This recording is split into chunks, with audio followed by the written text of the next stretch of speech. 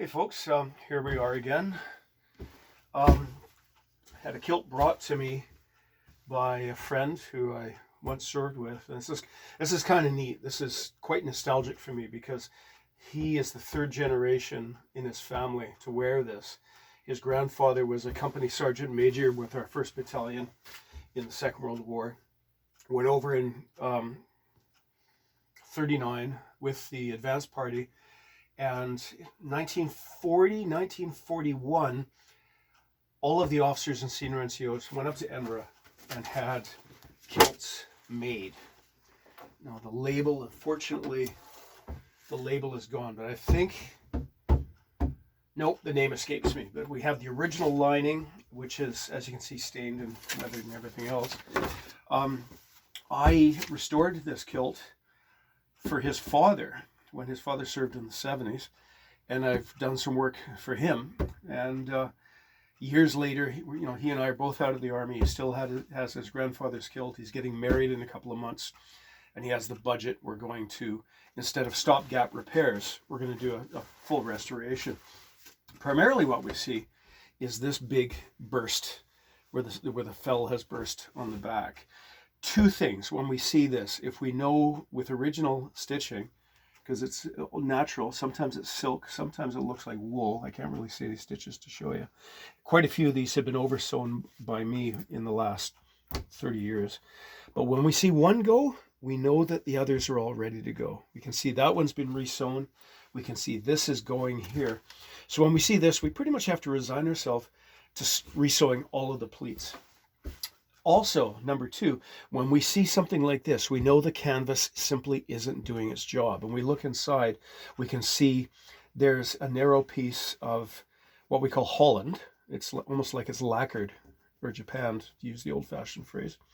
And that's probably a strip that goes between the two buckles. And over top of it, looking from the inside, we have a wider piece of canvas, which presumably has some herringbone stitches. We're going to find that out when we open it up. So we're going to replace that canvas. Unique buckles, these 3-tongued buckles. And I remember sewing these made these new tabs and sewed these on myself 10 or 15 or 20 years ago. I had done a top band in sort of a satin. I'm going to be redoing that. Also, and this is a feature, this feature isn't unique to this particular kilt contract. As I said, the NCOs and the officers all went up to, I believe it was Edinburgh, and they commissioned service dress jackets, which I'll show you one. I have an example of that in the next video I do on this, but also these kilts. And this feature isn't unique to those kilts, but we have the inner apron doesn't have a folded back pleat. It has a deep pleat in this direction, which I can sort of see what they were trying to do. But this doesn't drape as well. This doesn't drape as well than if we do the more conventional. So when I redo this, fortunately, I've got a lot of cloth here because he's grown rather more great. He's certainly not obese by any means, but he's got a middle-aged figure now. We're going to be reshaping both aprons. Fortunately, we have a very generous A-line that we have to work with too. The other unique feature from this contract is a very finely done fringed edge. Now, military kilts simply don't have fringed edges. This fringe seems to have been unique to this one particular kilt maker in Scotland.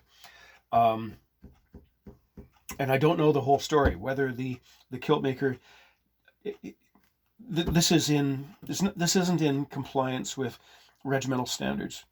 So whatever, it created a new tradition, right? So we're going to restore that. We're going to repeat that. We're not going to turn it back into the more proper military edge. We're going to keep that fringe because it's quite interesting. It's quite pretty.